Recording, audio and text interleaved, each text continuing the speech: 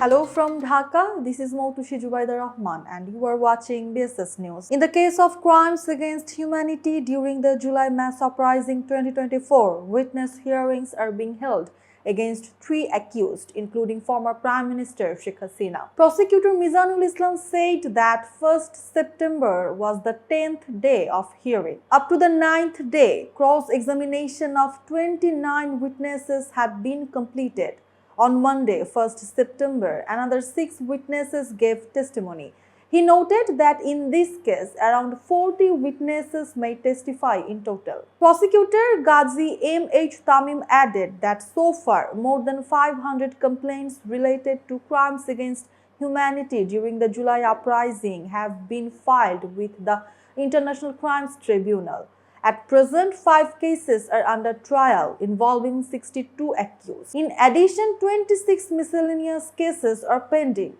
Currently, testimony is ongoing in 3 cases. The case against Sheikh Hasina and 2 others, the Chankharpul killing case where 6 people were shot dead, and lastly, the case of murder of Abu Saeed, a student at Begum Rokeya University in Rangpur. Among the accused in the case with Sheikh Hasina, former IGP Chowdhury Abdullah Al-Mamun is in prison.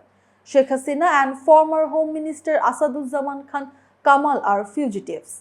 In another case, the tribunal has accepted charges in the Ashulia body burning incident with testimony set to begin on 14th September. In the Rampura student shooting case, charges have been filed and the hearing on charge framing is scheduled for 11th September. The tribunal has also framed charges against Habibur Rahman, former Commissioner of Dhaka Metropolitan Police, along with 7 others in the Chankharpul killing case. Testimonies are now underway. After the fall of the Awami League government on 5th August 2024, following the student people uprising, the International Crimes Tribunal was restructured. The first miscellaneous case in the new tribunal was filed against Sheikh Hasina. She also faces 2 other cases, one for enforced disappearances and killing during her 15.5 years in power, another for the Shapla Square killings during the Hefazat-e-Islam rally at Motichil. The trials are being conducted in 2 separate tribunals. Chief Prosecutor Mohammad Tajul Islam told Bangladesh Sangbad সংস্থা that the prosecution has to be balance expectations of justice seekers, the law, the international standards, rights of the accused, proper investigation, evidence and procedures. He said, "We are determined so that no one in the world can raise questions about the trials of crimes against humanity committed during the July 2024 mass uprising." For the first time in history, tribunal proceedings are being broadcast live on television. The Chief Prosecutor Tajul Islam explained, crimes against humanity are very different from ordinary murders. In this case, about 1,500 people were killed. There were no post-mortems. Families were not informed. Bodies were buried secretly at night as unidentified. Relatives had to bury their loved ones quietly. That makes investigations very difficult. But now we have undeniable evidence and international media have also reported the crimes. He added that the International Crimes Tribunal Act 1973 has been amended through 2 ordinances on 10th February 2025 and 10th May 2025 to make it timely and internationally standard. The tribunal itself was restructured on 14th October 2024. The prosecution team was recognized on 5th September 2024 and the investigation agency on 18th September 2024.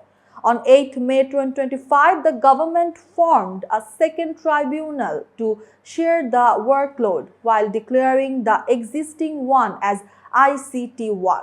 Before trials began, the old High Court building, which houses the tribunal, was renovated and modernized with help from the Housing and Public Works Ministry. In the case against Sheikh Hasina, a dramatic development took place. Former IGP Chowdhury Abdullah Al-Mamun, one of the accused, confessed his involvement in crimes against humanity.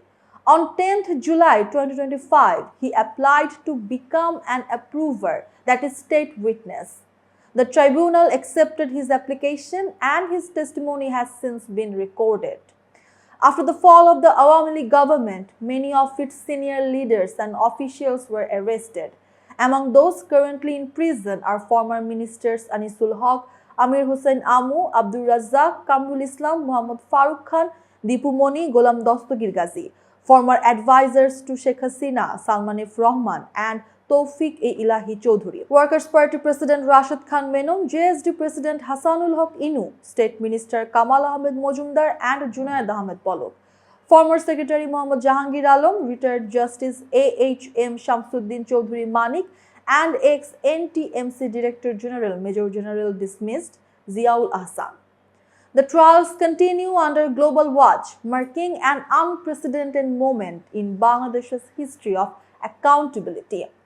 The July uprising not only reshaped Bangladesh's politics but also opened a new chapter of justice. Under the interim government's leadership, the International Crimes Tribunal has been rebuilt, modernized and made transparent, even broadcasting trials live for the first time in history. By bringing powerful figures to the dock and ensuring that crimes against humanity do not go unpunished, the interim government has set a rare global example. What was once thought impossible, holding the most influential leaders accountable, is now unfolding in front of the nation and the world. The message is very clear. In today's Bangladesh, no one is above justice. That's all for now. For more information, visit bssnews.net. Thanks for watching.